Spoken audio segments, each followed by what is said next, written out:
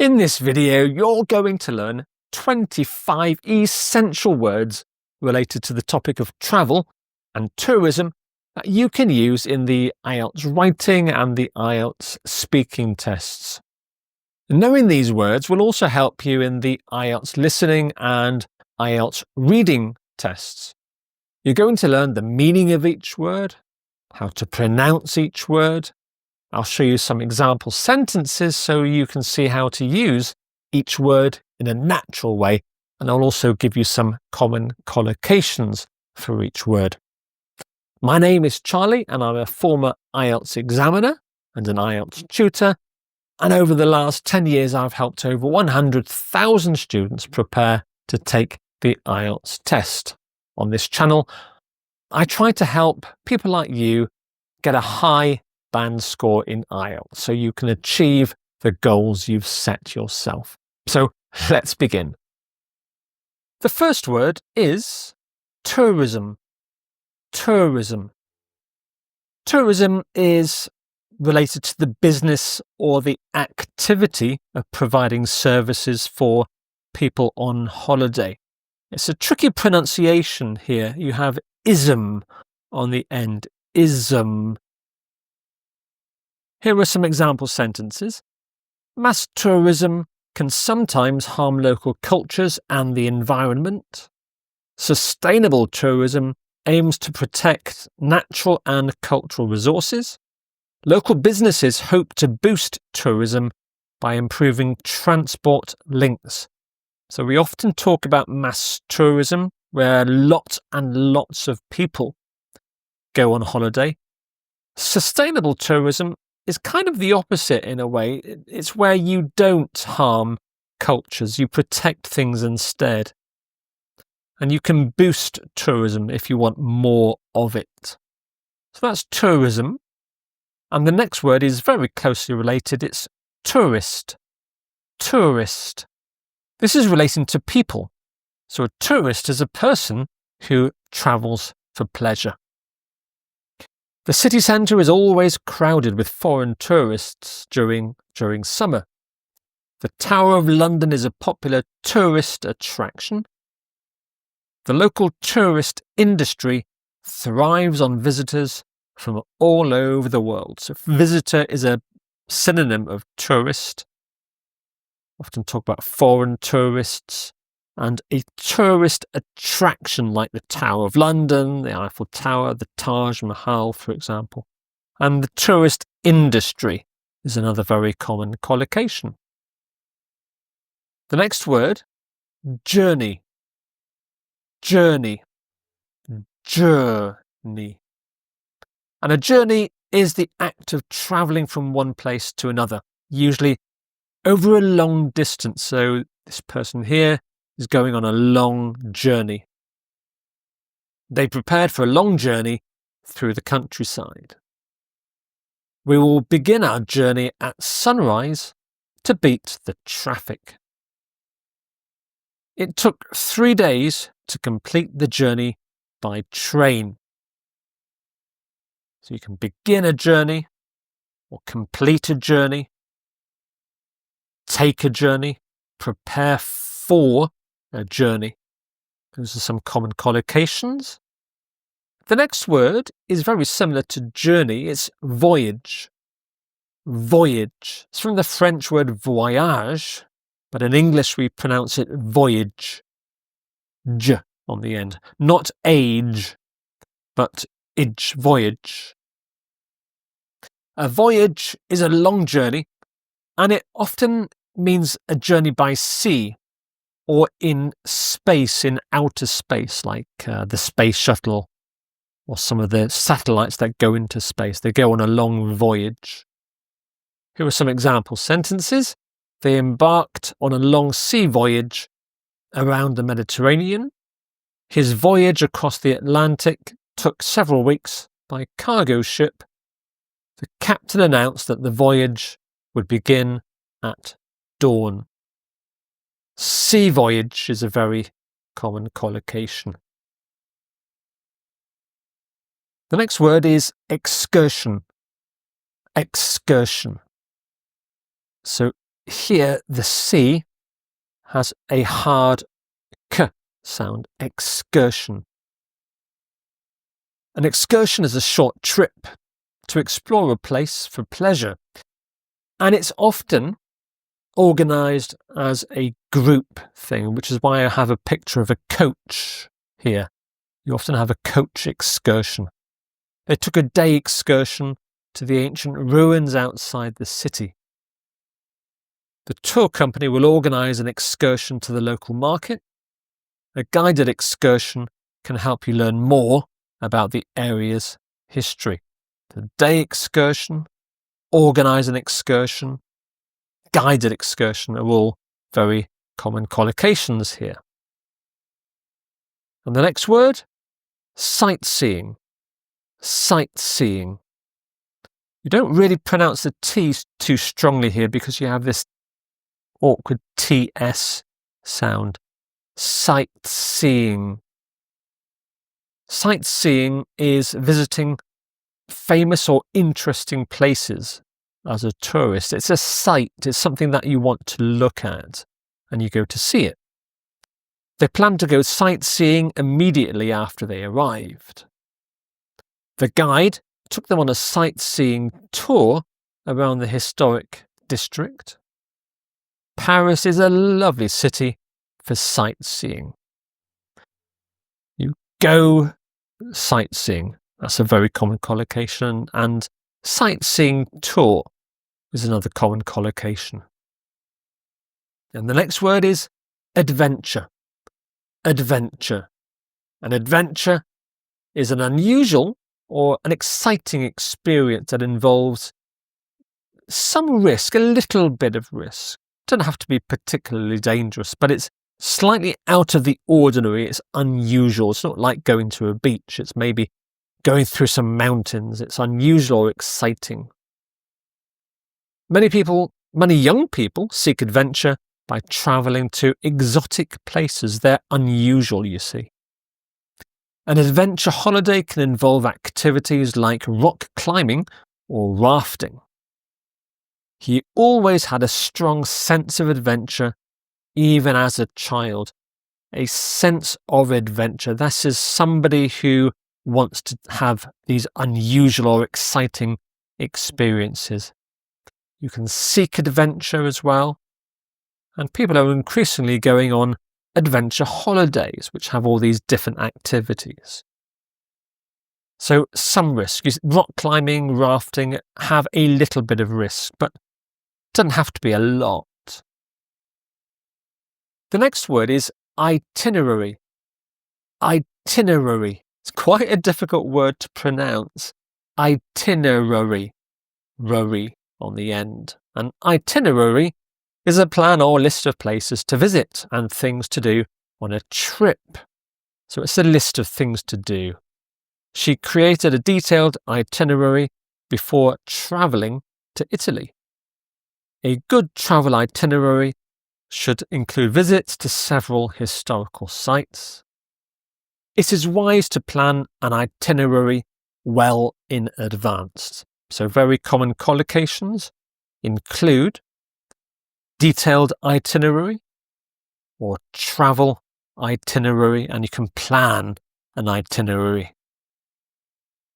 And the next word is easier to pronounce but not to spell. Accommodation.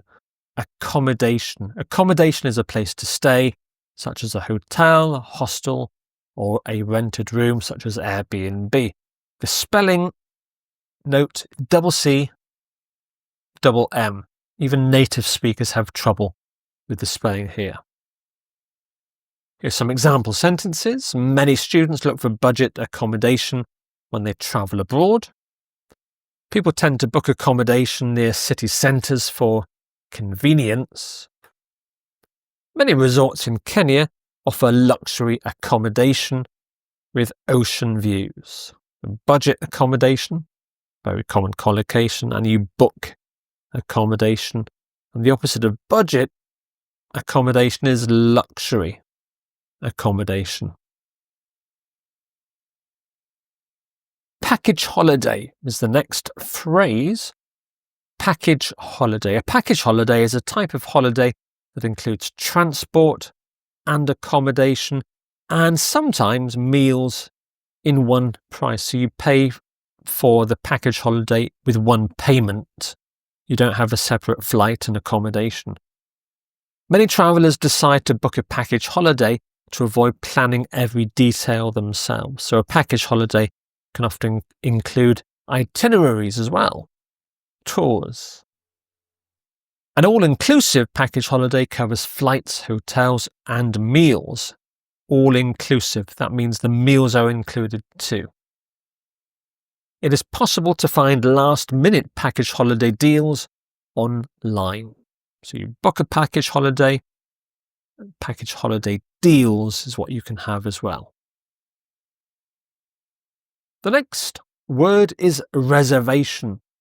Reservation. This is an arrangement made to secure a place, such as a room or a seat, in advance or to book a holiday. It is best to make a reservation for a busy flight in advance. She decided to cancel her reservation due to a change in travel dates. They called the hotel to confirm their reservation before leaving. Confirm your reservation. This isn't normally done nowadays, but in the past, you often had to phone your hotel or airline to confirm your reservation. So that means you're going to go on this journey. You can cancel a reservation. That's the opposite, or make a reservation, similar to confirm your reservation. Destination is the next word. Destination. So the stress is here. Nation. Destination. A destination is a place someone plans to travel or visit. For example, Paris is a popular tourist destination for art lovers. After a long train ride, we finally reached our final destination. I wouldn't normally write this actually, because it's repeating the same word almost. Many people consider Bali their dream destination for a holiday. So a tourist destination and a dream destination, very common collocations, and you can reach your destination. Departure. Departure. A departure is the act of leaving, especially to start a journey. We waited in the departure lounge for our flight to be called. The departure time for the train is listed on the ticket. A strike forced the railway company to delay the departure of many services. A strike is when the workers say they're not going to work, maybe because they want more money or better conditions. You wait in a departure lounge in an airport. Departure time is another common collocation, and you can delay the departure, especially in England where the trains are often late because the departures are delayed. And the next word has a similar meaning. It's embark. Embark. This is to go on board a ship or a plane or an other vehicle for a journey. So when you are about to depart, you need to embark your plane. They will embark on a journey across the Pacific Ocean next week. We are ready to embark on a cruise around the Greek islands. The harbour served as the main embarkation point for travellers. Embarkation is the adjective form of the verb embark, embarkation point. So you can embark on a cruise, embark on a journey. What do you think is the opposite of embark when you get off a plane? Well, it is disembark. Disembark. The disembark means to leave a ship, aircraft or train after a journey. For example, we had to wait for the seatbelt sign to turn off to disembark from the plane. The cruise passengers began to disembark the ship early in the morning. You'll just notice here, disembark from the plane, disembark the ship. So the use of from is optional. Personally, I tend to use disembark from, so I would say disembark from the ship, but either one is correct.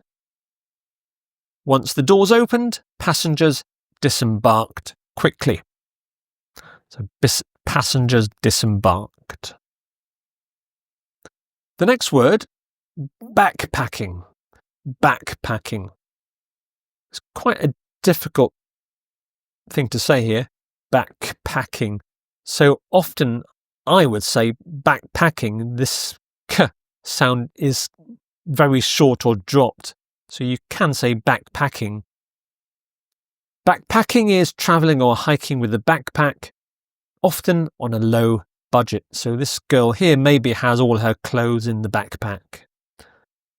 They decided to go backpacking across Europe during their gap year. A gap year in England is quite common. It's a year off between your school and starting university, or maybe between finishing university and starting a job. A backpacking trip in the mountains can be challenging yet rewarding. He planned a backpacking adventure through rural villages in Asia. So a backpacking trip is very common. And here you've got backpacking across, which is a very common collocation. Trekking. Trekking is the next word. It has this unusual double K spelling. It's not very common. Trekking is a long and often difficult walk in the countryside or mountains. You often need to use good shoes if you're going trekking. It has a very similar meaning to hiking, but it implies a difficult walk, maybe up mountainsides. Many people want to go trekking in the Himalayas for a challenging adventure. A trekking holiday usually involves camping and outdoor exploration. He mapped out a challenging trekking route through the national park. Go trekking is a very common collocation, as is trekking holiday. And the next word is budget airline. Budget airline. Budget airline. This is an airline that offers lower fares by reducing some traditional passenger services like food or luggage costs. Many people choose to fly with a budget airline to save money on fares. A budget airline ticket often excludes baggage allowances. Some budget airlines are subject to delays and cancellations. So a budget airline ticket, often just the seat is what you pay for. You don't get the baggage included. Airport terminal is the next phrase. Airport terminal. This is a building at an airport where passengers arrive, depart, or transfer, and where you can sit and drink coffee or eat meals and go shopping. The busy airport terminal was filled with summer holiday travellers. He waited in the international airport terminal for his connecting flight. Heathrow recently opened a new airport terminal to handle more passengers. International airport terminal is a very common collocation. And the next phrase is jet lag. Jet lag. Jet lag is a feeling of tiredness caused by travelling across different time zones quickly, usually by travelling through a lot of different time zones. For example, if you're flying between Asia and Europe, you feel very tired. Many people suffer from jet lag after a long-haul flight. Experts recommend adjusting your sleep schedule to avoid jet lag. It's very difficult to do. It took her 2 days to recover from jet lag and feel normal again. Visa. is the next word, visa. This S here is pronounced like a Z. Visa, not visa, but visa. A visa is an official mark or document that allows a person to enter or stay in a country. If it's an official mark, then it goes into your passport. It's stamped into your passport. She had to apply for a visa weeks before her flight. Some countries have strict visa requirements for visitors. His visa application was approved after a short interview. So you apply for a visa. Countries have visa requirements, visa application. Other common collocations here. And the next word is luggage. Luggage. So these double G here is pronounced G, lug. But this G is soft. It's the J sound, luggage. Luggage.